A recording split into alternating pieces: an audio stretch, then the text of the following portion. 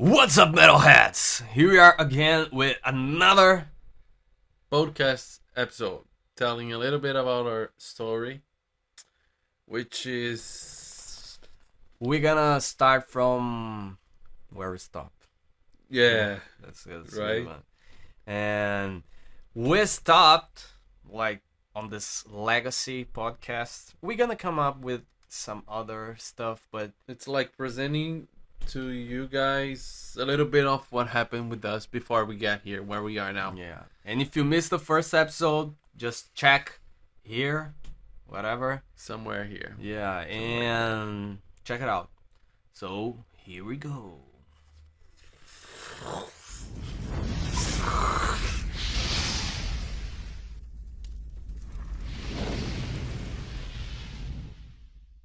All right, so this is Was the first time we played the Morro of Capoava, no?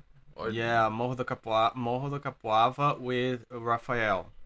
Rafael was still in the band, and the last podcast we stopped when we got Sangria, which was like our like previous name from the same band, but like after refiguring everything on the band, we like changed the name. And this one is of the shows that we play with Rafael on the like a second guitarist. And this is how Morro da Capoava looks like a dark cave, you know. It's like the Morro da Capoava means hills. Capoava Mountain. Capoava Mount. We didn't have phones back then. We didn't have a proper backline as well. Yeah, And it was like everything. We used to play good because we used to practice a lot, so everyone knew what to play and at the right time. So basically, that was the great thing about being in a band at that age, because we had a lot of time to practice and create and get engaged with each other, especially with Diego, because he used to live next to us, like 5 minutes walking. And we used to play like during the weekdays, not just the weekends. Yeah, and I was in school. I was in high school with Diego. Oh yeah, you went to so high school with him. We were playing all the time, making songs. And you went to high school with Rafael as well. Yeah, because I got like expelled from the school that I was with Rafael, and then I moved like to a public school. And then in the public school I met Diego. So things happen for a reason, you know. So that's why I'm not very good student for a reason. And this was our First photo shoot, yeah. which was took by This was us, like guys just making metal, hanging out, like we're not drinking anything. in the We're comfort of their homes. yeah, like we're just chilling there, playing and getting some juice, I guess, Coca-Cola and snacks, and playing metal, practicing guitar all day, practicing drums, bass, and like it was good, a good time. I think these photos were took by Leandro. Remember him? Oh yeah, Leandro. He used to Desgraça. because I didn't have. Lixo, Leandro Lixo, salve. Salve, Leandro. Valeu por todos os ensaios aí, ó. Que você me emprestou o pedal duplo, cara. É isso aí, cara. Valeu demais. Foi onde tudo começou. Yeah. Where everything Because of him letting me borrow his double pedal, we were able to play covers of Death. and starting to make our own own songs, like more I had in a a way drum. that we Yeah. really want to get it, like And the in exchange, double pedal he approach. used to have a double pedal, but he didn't have a drum set at the time. So he used to yeah. go and play a little bit, and then I play a little bit. Yeah, And that was cool. that was cool. That was really cool. Oh, look how so cute. Uh-huh. Ah, this doesn't look like you. No, right? I changed a lot. Weird. Yeah, this was our house, our parents' house. They were when you were growing up there. Have some trees back in there. Diego, bad guy. bad guys. And this is from that show on the Morro do Capoava as well. Oh yeah, and we still have Raphael here. Yeah. It's the same concert. Oh, this show was with Banana. Banana. Banana was playing there. It's one of the And with Prostibulus. yeah, one of the legendary guys from a legendary band from the legend city of Annapolis. It was Prostibulus. And the guy only plays with two bass drums. He can't like handle two bass Double pedal. double pedal drums. I don't know. And this is our first studio. This is the place where people like drop our Energy the box. switch. The switch. yeah. Drop. Turn down the switch of the power box. Because weirdly, in Brazil, the It's power box is outside. outside the house. Because they can check and make like Your bill and stuff. and It's weird. it's everything is weird. Yeah, see, that's the double pedal. Oh, nice. I just had changed the drum heads off my drum set, so it was sounding really good at that time. Was exciting. Oh, look at that PC, man. We had like Orkut here. No, that's MSN. Look at the monitor. Yeah. I know for a fact those audio monitors, they were the best. Yeah. Until They we were the blew best. blew them out. But I mean, they were like really good ear monitors. I think was really better than just the regular stuff. Oh, I still miss that thing. Oh, look at my cell phone. It's the one that is Jesus. unbreakable. Yeah. This I bought from my drum teacher. Was a really good deal. Was 100 reais, and at the time I had it was not the cymbals was the cheapest, but you know I could make a good sound of them, and when I got this cymbal with the clamp was a really good add to my set, and because of that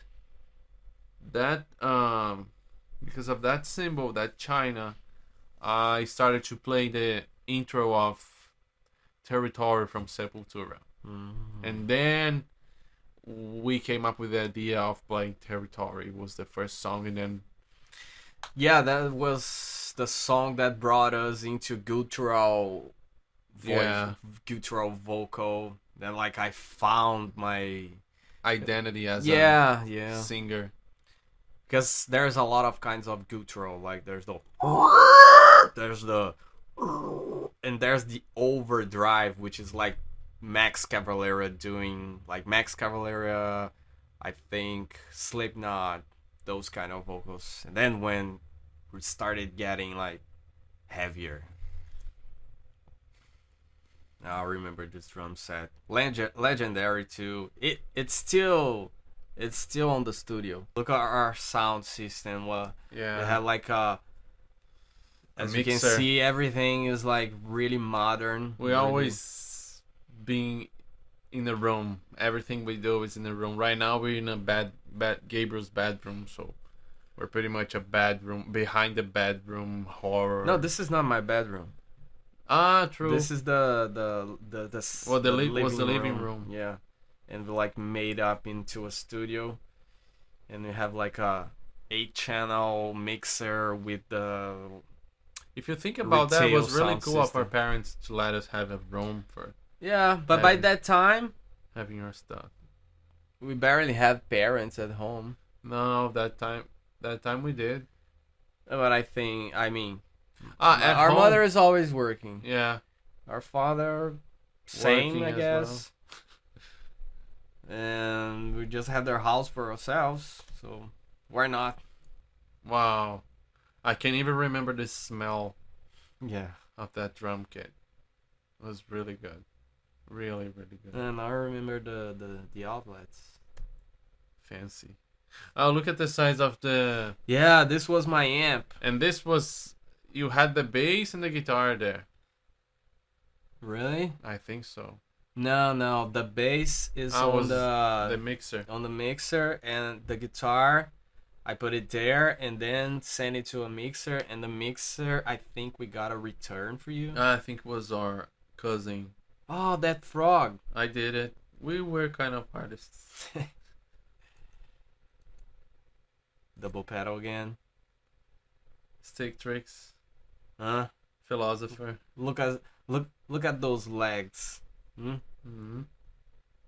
We talked about the studio before, and now you guys can see it. This was I think was our first here's studio. Yeah, actually, our really first studio was on the tiny room when our mother. No, but we never played there. Oh yeah, that's true. We tried to doing yeah. an acoustic panel with And we got like X. that drums from Raphael. Do you remember another Raphael? Yeah. Yeah. The drum heads of the drum set was an X-ray. Oh An yeah. X-ray photo, an X-ray sheet.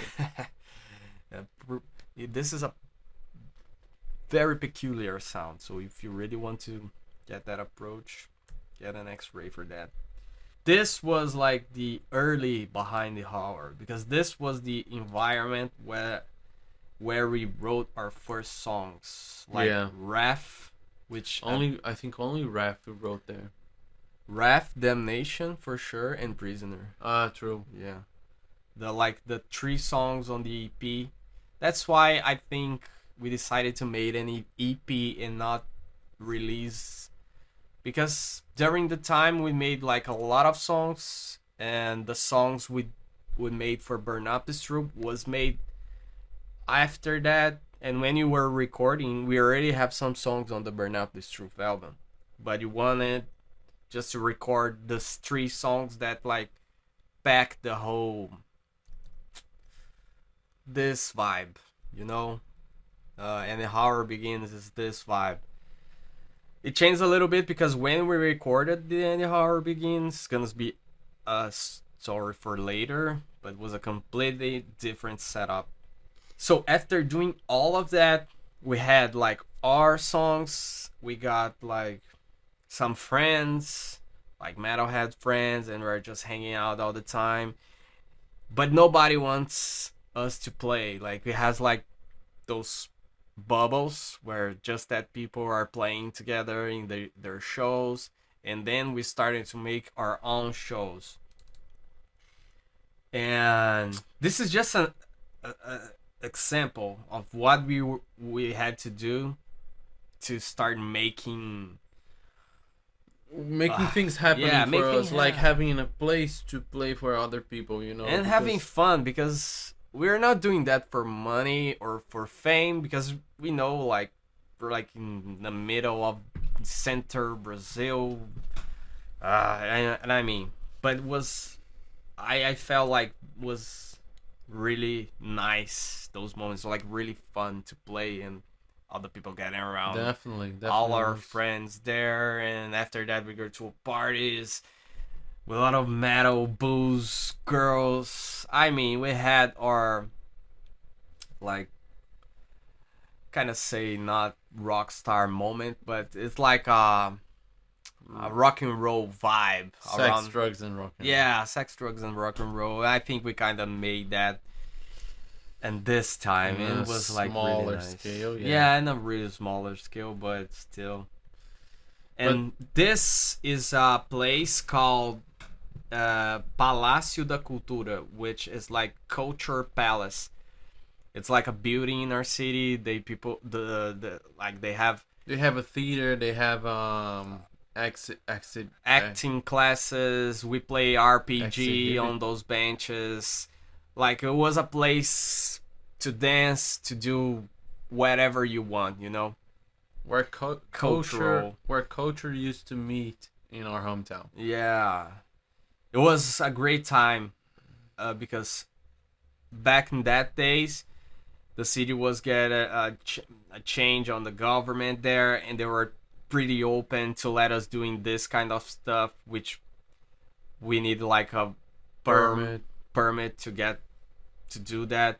Which on this one, do you remember we didn't get a permit, and later the police showed yeah, and what's going on here? But the show was already over, so the guy was, oh, I have to ask you guys to leave. Okay, we were leaving. No problem, No officer. problem. And the fun fact was, everyone, because we used to have more bands to play with us, and the deal was, if you want your band to play, bring an equipment. Yeah, that was the deal. Everybody was bringing something. Like a Like, drum set. yeah, as you can see, we have like our guitar sound amp. system here. We didn't have any backline, That like was- fancy stuff. Was really what we can do. Yeah. Then you have our friends, and you have our clothes hanger. I think that's clothes what hanger. it's called. Because we didn't have a microphone stand. Yeah, and this was True. what it had. Yeah. True identity of true metal. That's what I think. That's what made like true metal, like forged. Yeah, it was and- funny because every other band that used to go there, and with the vocalist, I think they got like embarrassed because they used to get there and say, "Hey, what? I have to sing using this?" And yeah, man, if you want to sing and And perform. play. Yeah. that's what we have. But some of them like was really cool. That this is so crazy, awesome. This is Annapolis. Yeah, this was Annapolis back in the days, back in the old gold days. People there, a lot of people like. Because the place was public, open to public, so our friends, everyone would gather that around. It was like, Yeah, everybody was broke. Like everybody, like just teenagers and like young adults, no jobs, just collecting. How to say? sparing you change. Sparing change. é a famosa inteira. Como fala? Ah, You guys know the meaning of inteira? Inteira is like when you like no, it's everybody pass the hat, and we are putting coins there. Whatever you got, so everybody share the same drink, and you were drinking like cheap booze. But as you can see, like was insane. Everybody was like having a fun. yeah, enjoying a the lot of moment. people with their black shirts doing what we really wanted to do, which is like having a blast with metal. Insane And mosh pits. for being in public places, even people that didn't like metal or else, they used to go and just go and check it out. Look at this Easter egg. See, have faith. Have faith. Oh. Yeah, have faith in metal. Why Tenha not? fé. Yeah, of course. Metal, the metal god. Look at my hair. Yeah. Oh, Shook. This is Shook. Salve, Shook. É nóis. Sempre aí. Sempre aí apoiando. Samuel também tá nessa. Ah, o Shook era magro, cara. Ah, põe Teletubbies. aquele vídeo de seco. Ou depois você vai mandar pra ela. Vou pôr. Teletubbies. Yeah, really good time. Yeah. Look at that, like mosh pit with stage dive with no stage. No See, stage this diving. is what metal is, like true metal. Look at those bands. Damn.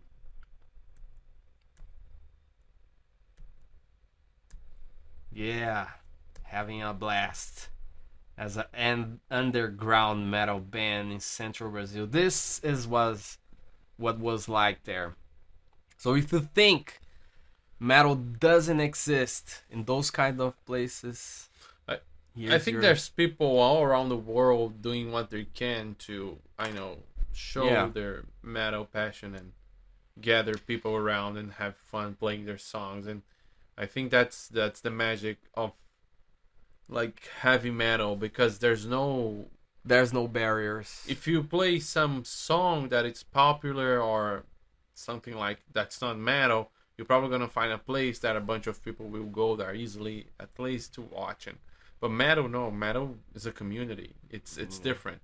If maybe people go there by curiosity, but they won't stay longer. Maybe they will, but But I metalheads mean, are what metalheads. happened there is always have those people like these guys. They weren't metalheads, but they were like in the whole cultural environment that the city provided us back in that days. Not today anymore. Like everybody, which was some guys back there in that same building was doing like some hip hop dance, and after the finish, like, oh, let's see what's that guys are doing there. And same for us. People like we have like a skate park Yeah, that's there, true. and have like a fair. Samuel, Samuel, salve Samuel. Samuel, salve Samuel. So. Ah, this is my mom. Oh yeah, My mom, a Thelma, Thelma. e a Carol. See, my mom was present. Look at my Look at face. those eyes. Laser cat eyes. Mm. Mm. Oh my god. Some more pictures. And I think that time was when you really like rehearsing to doing some shows, because before that we are just rehearsing to make the songs. We didn't have much shows to play. We were playing as Sangria before that, but after we decided to change the stuff and like, wow, we need to make more songs, and so we stopped, and then this has happened. Ah, look at those guys. Look at that face. Now it's my turn. Mm. Yeah, you feel that? Mm-hmm. Nasty riffs all the time. Yeah, by the time we used to play Metallica too. Yeah, I'm gonna run a video. Yeah, guys, so this was like the history after Sangria and how we like changed from Sangria to Behind the Horror, how and when and where we made our first songs, which the And the Horror Begins EP. And I mean, as you can see, we are so young there, and we are having a blast, like living the dream, whatever we Yeah. can do with that. And was fun, was really fun, really nice to bring back those memories. Let me see, I got a video here, I don't know where I put it. This was this is a live footage, not a live footage, but like a footage from That time, from those pictures. yeah. So you guys can like check the vibe. I don't think that was the same concert because our clothes looked different, but was the same place. Because we did a bunch of concerts on that place until we start getting Gabriel start studying and getting know how to get like endorsements, and maybe we could rent a place and start selling tickets and make things happen in a different level. But this was the beginning. Yeah, like playing on the ground with like. But this is not the same show. This one we already got the mic stand. True. But I mean, we did that shows all the time, all the time. The one thing you guys see those. Oh yeah. You see that the vending. the vending place back there. That was one of the reasons we kept having shows there, because that guy went to the secretary of the culture place and said that was really good for him because his sales went up. And he's the one who because we don't have electricity out there, and he borrowed us like a extension cord to the outlets inside his restaurant, and actually he was the guy who like brought the energy to the show, and he was a really cool guy. And as Lucas said, like he was having like a good business with metal there. I think he was the only one doing making money there, but That's fine. still. See you guys on next episode. If you want to see us keeping doing this, like, subscribe, and you know the business. Yeah, right? I mean, Make us comment.